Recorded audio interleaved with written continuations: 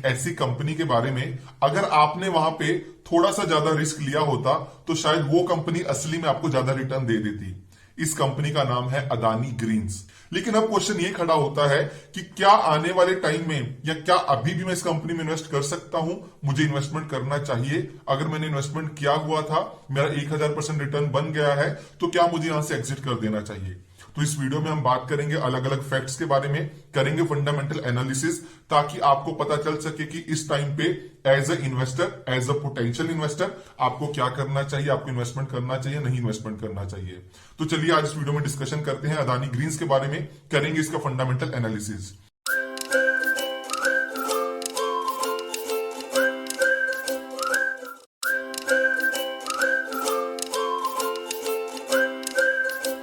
तो दोस्तों, अगर मैं अदानी ग्रीन्स के बिजनेस के बारे में बात करूं तो इनका बिजनेस काफी सिंपल है। मतलब सिंपल इन द टर्म्स कि आप बहुत जल्दी समझ सकते हैं कि रिन्यूएबल एनर्जी के बारे में तो आपने सुना ही होगा। मतलब कि वो एनर्जी जो ऐसे सोर्सेज से बनाई जाती है जिनको रिन्यू किया जा सकता है, जहां से कुछ भी पोल्यूशन क्रिएट नहीं होता। मतलब कि वो एनर्जी जो सोलर या विंड पावर से बनाई जाती है। और अदानी ग्रीन्स इस सेक्टर के अंदर ही काम करता है और माना जा रहा है कि जब से पोल्यूशन आ रहा था, ये सेक्टर आने वाले टाइम में बहुत अच्छा परफॉर्म करेगा और पिछले कुछ टाइम के अंदर भी सेक्टर ने अच्छा परफॉर्म किया है। तो दोस्तों, ये सेक्टर अच्छा परफॉर्म करने के चांसेस क्यों ज्यादा है? क्योंकि यहाँ पे इंडस्ट्री में तो पोटेंशियल है ही है, इसके अलावा गवर्नमेंट भी बहुत ज्यादा फोकस दे रही है कि आने वाले टाइम में जो इंडिया का एनर्जी रिक्वायरमेंट है उनको रिन्यूएबल एनर्जी से ज्यादा फुलफिल किया जा सके, ताकि हम अपने एनवायरमेंट को भी बचा सकें और अपनी एनर्जी की नीड्स को भी फुलफिल कर सकें।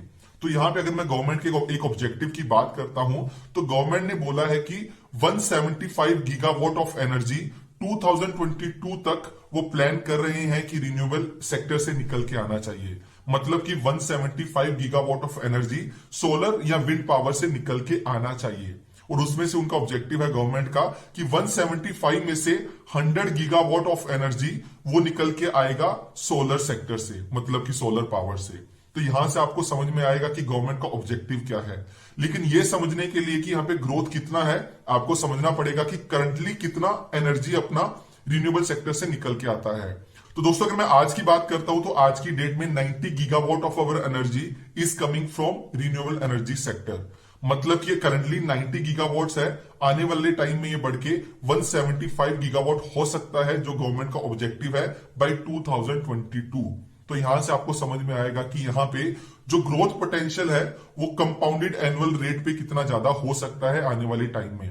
अगर मैं आज की बात आपको बताता हूं तो 90 गीगावाट्स में से सिर्फ 37 गीगावाट करंटली सोलर सेक्टर से निकल के आता है, जिसको 37 से आने वाले टाइम पे 100 पे लेके जाना है। ऑलमोस्ट 3 गुना बढ़ने के चांसेस है यहाँ पे आने वाले टाइम में। तो ये तो मैंने बात की रिन्यूएबल सेक्टर की, क्योंकि मैं रिन्यूएबल सेक्टर के बारे में आपको सबसे पहले इसलिए बताना चाहता था क्योंकि ये कंपनी कंप्लीटली उस सेक्टर में काम करती है। अगर वहां पे ग्रोथ आएगी तो डेफिनेटली ये कंपनी में आने वाले टाइम में ग्रो करेगी। और पिछले कुछ अगर हम टाइम की बात करते हैं तो रिन्यूएबल सेक्टर में एक अच्छी ग्रोथ देखी गई है, जिसका फायदा डायरेक्टली हमें इस कंपनी के अंदर भी देखने को मिलता है कि कंपनी ने काफी एक्सपेंशन किए, कंपनी ने काफी दूसरी कंट्रीज के अंदर भी खुद को एक्सपेंड किया। और जब सेक्टर में ग्रोथ आई, कंपनी के बिजनेस में ग्रोथ आई, तो उसका ग्रोथ का असर हम इसके शेयर प्राइस के अंदर भी देखने को मिलता है, जिसके चलते अगर आपने यहाँ पे इन्वेस्टमेंट किया होता तो आपको एक अच्छी रिटर्न मिली होती पिछले कुछ टाइम के अंदर। चलिए दोस्तों, मैं जल्दी से आपको दिखाता हूं कि पिछले कुछ टाइम के अंदर कितनी ग्रोथ हुई है, जो मैंने आपको अभी नंबर्स के टर्म्स में बताया था, और आने वाले टाइम में प्रोजेक्टेड ग्रोथ क्या है। और ये नंबर्स मैंने कहां से लिए हैं, ये सारी डिटेल्स मैंने ली है अदानी ग्रीन्स की एनुअल रिपोर्ट से, ताकि आपको सही वो नंबर दिखा सकूं जो कंपनी ने प्रोजेक्ट करके दिखाए हैं अपने इन्वेस्टर्स को। इंडिया रिन्यूएबल एनर्जी का इंस्टॉल्ड कैपेसिटी का यहाँ पे हिस्टोरिकल सीएजीआर रहा है 17% का फ्रॉम मार्च 2016 टू मार्च 2020। 17% का सीएजीआर होना एक बहुत बड़ी बात होती है, लेकिन अगर हम मार्च 20 से लेकर मार्च 30 की बात करते हैं तो यहाँ पे जो प्रोजेक्टेड सीएजीआर है वो 18% का है। मतलब कि मार्च 2022 तक 175 तक हमारी इंस्टॉल्ड कैपेसिटी होनी चाहिए, लेकिन मार्च 30 तक ये नंबर बढ़ के 450 गीगावाट्स तक जाने के चांसेस बन रहे हैं। तो दोस्तों, ये तो बात हुई कि पूरे सेक्टर की में ग्रोथ कैसी देखी जा सकती है, लेकिन अब आपको देखना चाहिए कि सेक्टर की ग्रोथ का तो आपको समझ में आ गया, लेकिन अब आपको देखना है कि इस कंपनी की ग्रोथ कैसे देखी जा सकती है। अगर ये पूरी इंडस्ट्री ऐसे ग्रो करती है, पूरा सेक्टर ऐसे ग्रो करता है, तो अदानी ग्रीन्स के अंदर हमें कितनी ग्रोथ देखने को मिल सकती है। चलिए उसका भी आंसर कर, अदानी ग्रीन्स का रिन्यूएबल इंस्टॉल्ड कैपेसिटी कितना रहा है फ्रॉम मार्च 16 टू मार्च 20।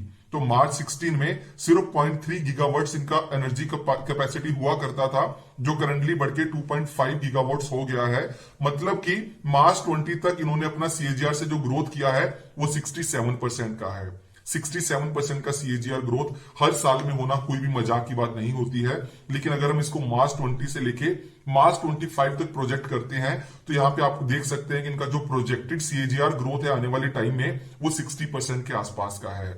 मतलब कि पिछले टाइम के अंदर भी अच्छी ग्रोथ की है, आने वाले टाइम में ज्यादा ग्रोथ करने की भी ज्यादा चांसेस बन रहे हैं। तो दोस्तों यहाँ पे मैं उम्मीद करता हूं कि अभी तक आपको इस सेक्टर के आने वाले टाइम की ग्रोथ के बारे में समझ आ गया होगा और कंपनी का पास्ट ग्रोथ और आने वाले प्रोजेक्टेड ग्रोथ के बारे में समझ में आ गया होगा। तो यहाँ पे तो आपको दिख रहा है कि आने वाले टाइम में ग्रोथ के काफी चांसेस हैं, लेकिन अब हमें देखना चाहिए कि इंडस्ट्री के बाद ये कंपनी एनुअली कैसे परफॉर्म करती आई है, कंपनी का बैलेंस शीट कैसा है, कंपनी का प्रॉफिट एंड लॉस स्टेटमेंट कैसा है और कंपनी का शेयर होल्डिंग पैटर्न कैसा है। क्योंकि हो सकता है कि यहां से हम कुछ ऐसे रेड फ्लैग्स आइडेंटिफाई कर लें जिसके ऊपर डिटेल में रिसर्च करना एज ए इन्वेस्टर आपके लिए बहुत ज्यादा जरूरी हो सकता है। इसके बाद दोस्तों अगर मैं बात करता हूं कंपनी के प्रॉफिट एंड लॉस स्टेटमेंट की, तो कंपनी का जो नेट रेवेन्यू है वो लगातार बहुत एक्सपोनेंशियली बढ़ रहा है, जो कि एक पॉजिटिव पॉइंट है कंपनी के लिए। इसके अलावा अगर हम बात करते हैं ऑपरेटिंग प्रॉफिट मार्जिन का, वो रिसेंट के क्वार्टर में 60% से ऊपर है, जो कि एक और पॉजिटिव चीज है। लेकिन यहाँ पे मैंने काफी इंटरेस्टिंग चीज नोटिस की जब मैं इसका प्रॉफिट एंड लॉस स्टेटमेंट देख रहा था, कि कंपनी का जो डेप्रिसिएशन है वो पिछले कुछ टाइम के अंदर बहुत ज्यादा कम हुआ है। मतलब डेप्रिसिएशन का कम होने का मतलब होता है कि किस अमाउंट से कंपनीज अपने एसेट को डेप्रिसिएशन मानती हैं और उस डेप्रिसिएशन को उनको प्रॉफिट एंड लॉस स्टेटमेंट में से माइनस करना पड़ता है। तो अगर मैं आपको सिंपल भाषा में समझाऊं कि अगर कंपनी का डेप्रिसिएशन ज्यादा है तो कंपनी का प्रॉफिट कम निकल के आएगा, अगर कंपनी का डेप्रिसिएशन कम है तो कंपनी का प्रॉफिट ज्यादा निकल के आएगा।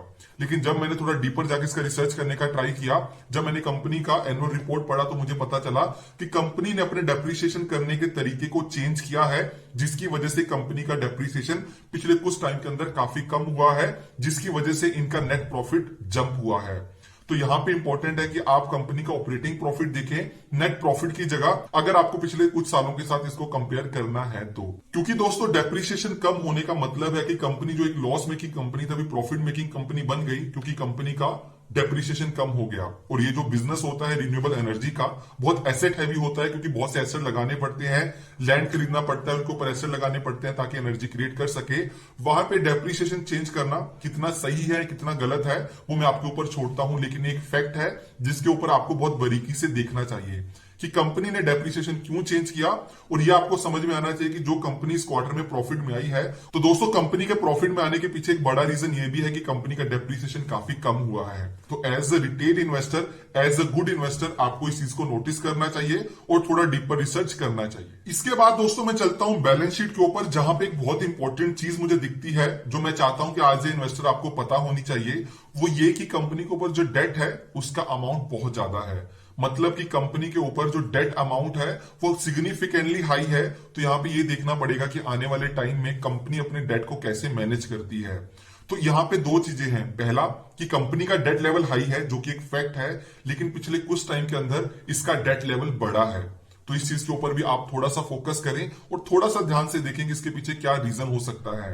एक रीजन ये भी हो सकता है कि कंपनी को एसेट्स खरीदने हैं, अगर कंपनी को एक्सपेंड करना है तो कंपनी को डेट उठा के उसके एसेट्स खरीद के वहां से पैसा कमाना पड़ेगा। लेकिन सबसे बड़ी प्रॉब्लम बहुत बार ये हो जाती है कंपनीज के साथ, जहां पे डेट ज्यादा होता है, कि कंपनी की इंटरेस्ट कॉस्ट लगातार बढ़ती रहती है, जिसकी वजह से कंपनी अपना प्रॉफिट कभी नहीं कमा पाती ताकि डेट को रीपे कर सके। लेकिन इस केस में क्या होगा वो तो आने वाले टाइम के अंदर ही पता चलेगा। लेकिन अदानी ग्रीन्स के ऊपर जो डेट का अमाउंट है वो बहुत ज्यादा है, जिसको आने वाले टाइम में उनको बहुत ध्यान से फोकस से कम करना पड़ेगा या इसको मेंटेन करके रखना पड़ेगा। क्योंकि करंटली मुझे एक चीज दिखा जो बहुत इंपॉर्टेंट होना चाहिए एज ए इन्वेस्टर आपके लिए, जो मैंने सोचा आपको बताना चाहिए। तो ये तो था इनके फाइनेंशियल्स के बारे में छोटा सा डिस्कशन।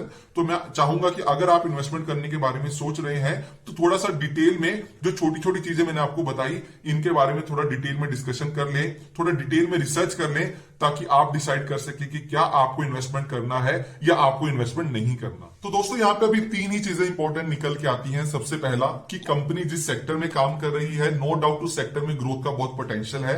सेकंड, कंपनी ने पिछले कुछ टाइम के अंदर बहुत अच्छा ग्रोथ करके दिया है और आने वाले टाइम में जो उन्होंने प्रोजेक्टेड ग्रोथ दिखाया है वो भी बहुत अच्छा है। मतलब कि अच्छा नहीं बोलूंगा, मैं बोलूंगा कि सिग्निफिकेंटली बहुत ज्यादा अच्छा है। लेकिन थर्ड इंपॉर्टेंट फैक्टर है कि कंपनी के बैलेंस शीट में और प्रॉफिट एंड लॉस स्टेटमेंट में कुछ कुछ ऐसी चीजें हैं जिनके ऊपर मुझे थोड़ा सा ध्यान में देखना पड़ेगा अगर मुझे वहां पे इन्वेस्टमेंट करना है तो। और उनको इन्वेस्टिगेशन किए बिना मैं इन्वेस्टमेंट करने के बारे में नहीं सोचूंगा। और वो दो पॉइंटर्स थे, पहला कि कंपनी प्रॉफिट में कैसे आई, दूसरा कि कंपनी के पास ग्रोथ पोटेंशियल है। और बहुत बार ऐसे होता है कि कंपनी के पास ग्रोथ पोटेंशियल होता है और एक्सपोनेंशियल ग्रोथ करने के लिए कंपनी डेट ज्यादा ले लेती है और उस डेट को सर्विस नहीं कर पाती।